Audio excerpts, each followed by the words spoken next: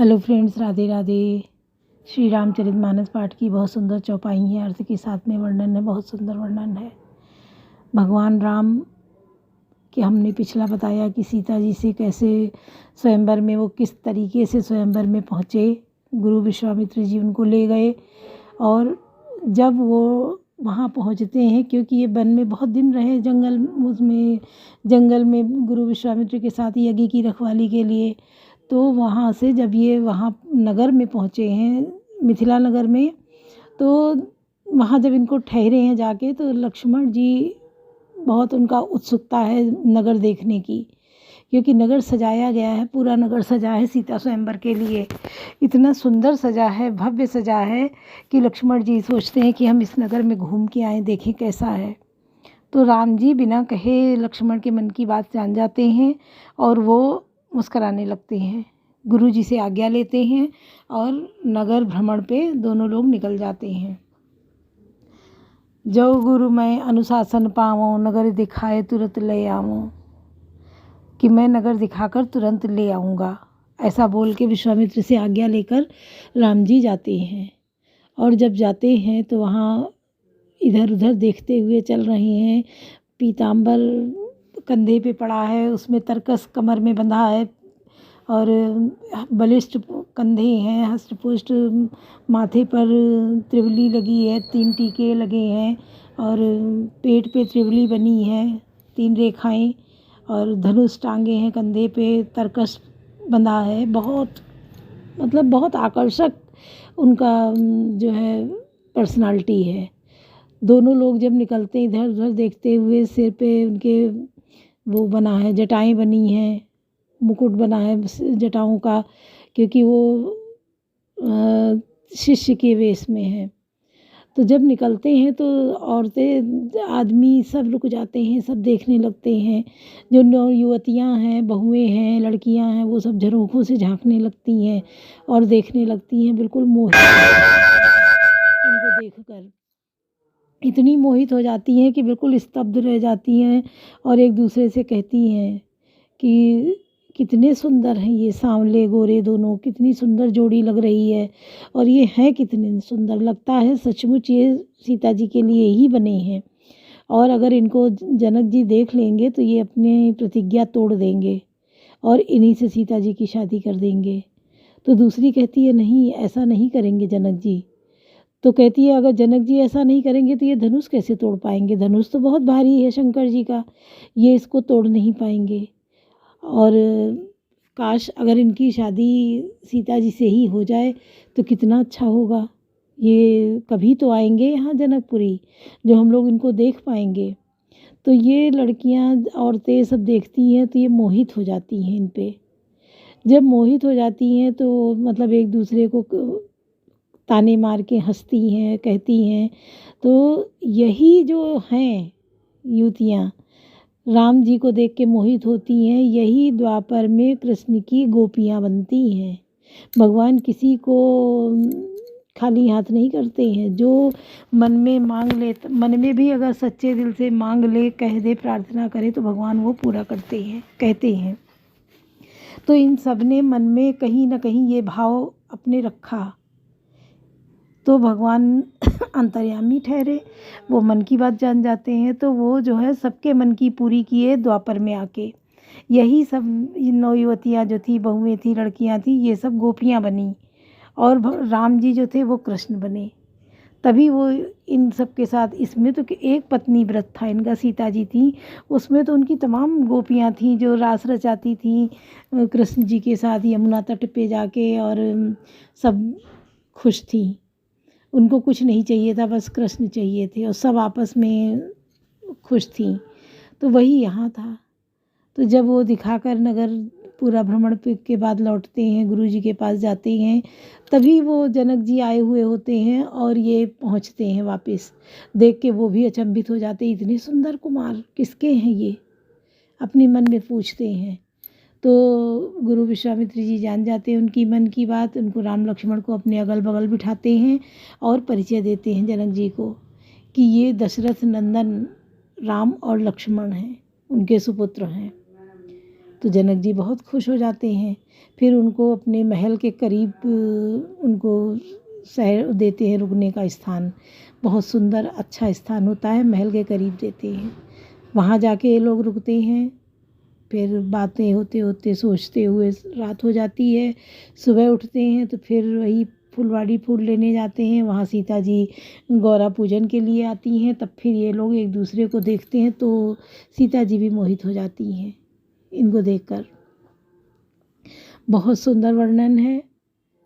लेकिन वही ना, भगवान है तो भी उनको झेलना पड़ा। सीता जी हैं, सारा ग्रह वार तिथि सब कुछ तय हुआ, निश्चित हुआ, सुधवाया गया विवाह, और लेकिन परेशानियों ने पीछा नहीं छोड़ा।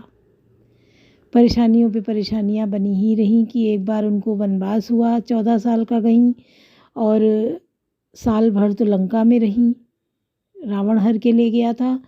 और उसके बाद भी जब आईं तो प्रेग्नेंट थी और उनको जंगल में भिजवा दिया गया एक नीच व्यक्ति के ताने देने पर।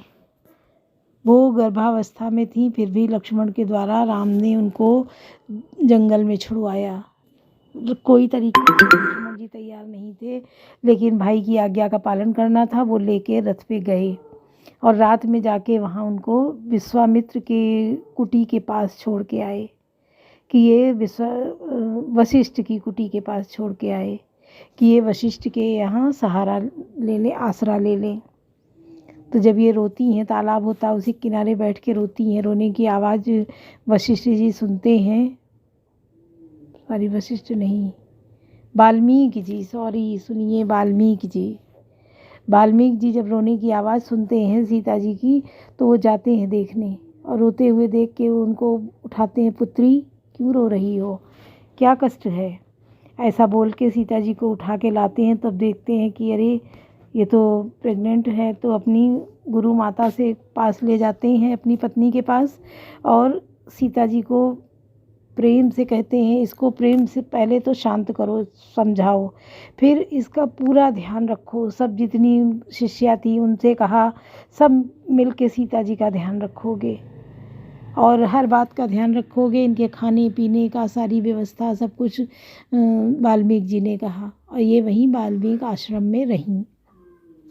फिर इन्होंने लव को जन्म दिया वहीं पुत्र के रूप में। तो गुरु माता ने ही इनका सब कुछ किया, सेवा की, बच्चे का पालन पोषण बिल्कुल सब।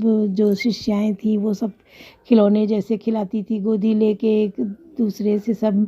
सीता जी सारा काम करती थी, एक राजकुमारी और एक महारानी बनने वाली थी, राजा दशरथ की बहू। और बन बन भटक के लकड़ी काटना, खाना बनाना, बर्तन धोना, सारा काम कर रही हैं जंगल में। तो ये क्या है, ये एक सीख मिलती है कि कभी परेशानियों से परेशान नहीं होना चाहिए।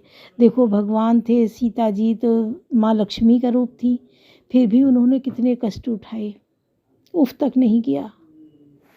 क्या रोई नहीं, क्या दर्द नहीं हुआ, सब कुछ हुआ।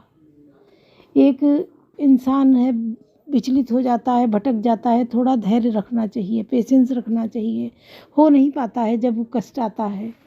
सुख के सब साथी, दुख में न कोई, मेरे राम मेरे राम। तो सुख के सब साथी बन जाते हैं, दूर दूर से रिश्ता नाता जोड़ लेते हैं, और जब कष्ट आता है, दुख पड़ता है, तो अपने भी हाँ पीछा छुड़ा लेते हैं, मुंह मोड़ के खड़े हो जाते हैं कि कहीं हमसे कुछ कह न दें। तो आप लोग सुनिए, बहुत सुंदर वर्णन है। राम राम कह के एक दूसरे से कहिए, जो हमारी 108 की माला पूरी हो। तो सुनिए, बहुत सुंदर। जो काज कठिन जग माही, जो नहीं होई तात तुम पाही, संग सचिव सुचि भूर भटे भूसुर बर गुर ज्ञाति, चले मिलन मुनि नाय कहीं, मुति राव ये भांति, कवन सो काज कठिन जग माही, जो नहीं होई तात तुम पाही। तब उन्होंने पवित्र हृदय के ईमानदार स्वामी भक्त मंत्री बहुत से योद्धा, श्रेष्ठ ब्राह्मण, गुरु सतानंद जी और अपनी जाति के श्रेष्ठ लोगों को साथ लिया, और इस प्रकार प्रसन्नता के साथ राजा मुनियों के स्वामी विश्वामित्र जी से मिलने चले। कीन प्रणाम चरण धरि माता दीन असीस मुदित मुनिनाथा विप्रबंध सब सादर वंदे जान भाग्य बड़ राहु आनंदे।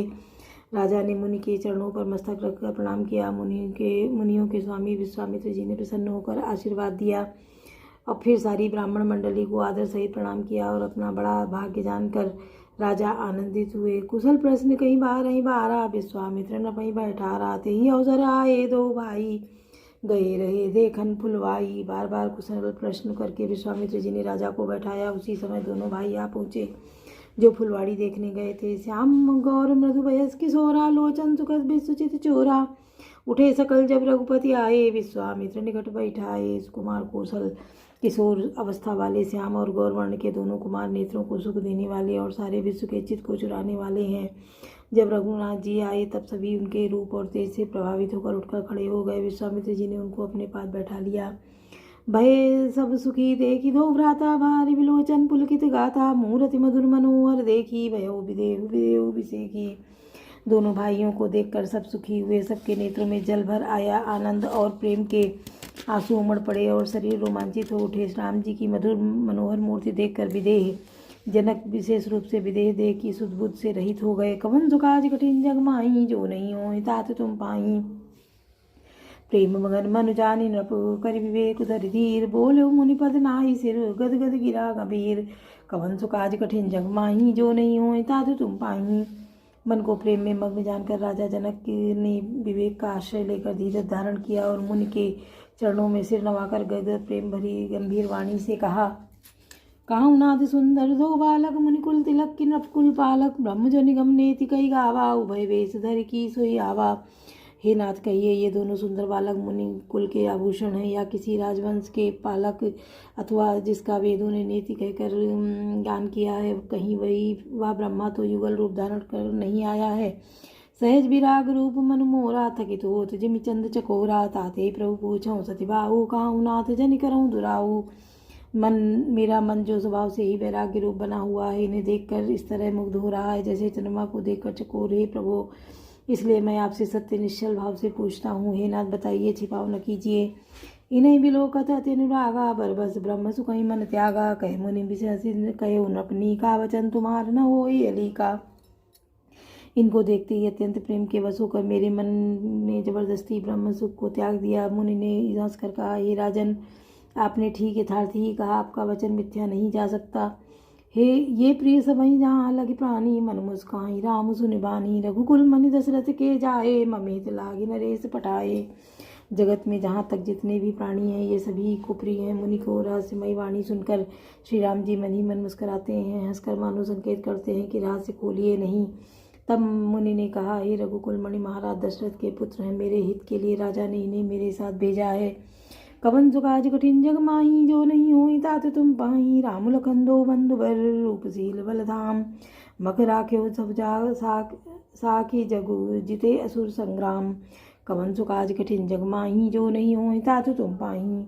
ये राम और लक्ष्मण दोनों श्रेष्ठ भाई रूपशील और बल के धाम है। सारा जगत इस बात का साक्षी है कि इन्होंने युद्ध में असुरों को जीतकर मेरे यज्ञ की रक्षा की है।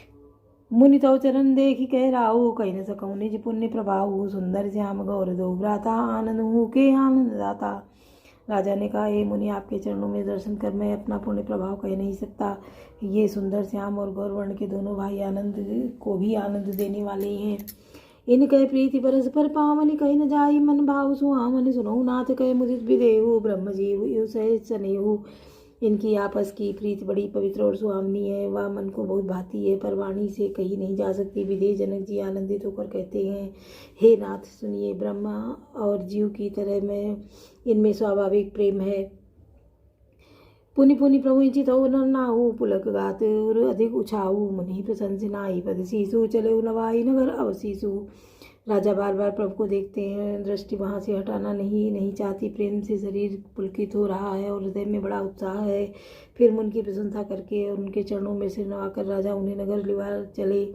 सुंदर सदन सुखद सब काला तहाँ बासुलय दीन भुआला। करी पूजा सब विधि सेवकाई गयो राहु गृह विदा कराई। एक सुंदर महल को जो सब समय सभी ऋतुओं में सुखदायक था, वहाँ राजा ने उन्हें ले जाकर ठहराया। तदनंतर सब प्रकार से पूजा और सेवा करके राजा विदा मांगकर अपने घर गए। कवन सो काज कठिन जग माही, जो नहीं होई तात तुम पाही। ऋषय संग रघुवंश मने, करि भोजन विश्राम। बैठे प्रभु भ्राता सहित, दिवस रहा भरि जाम। कवन सो काज कठिन जग माही, जो नहीं होई तात तुम पाही। रघुकुल के शिरोमणि प्रभु श्री राम जी ऋषियों के साथ भोजन और विश्राम करके भाई लक्ष्मण जी समेत बैठे। उस समय पहर भर दिन रह गया था। बोलो सियावर रामचंद्र की जय, पवन सुत हनुमान की जय, लाडले लखन लाल की जय।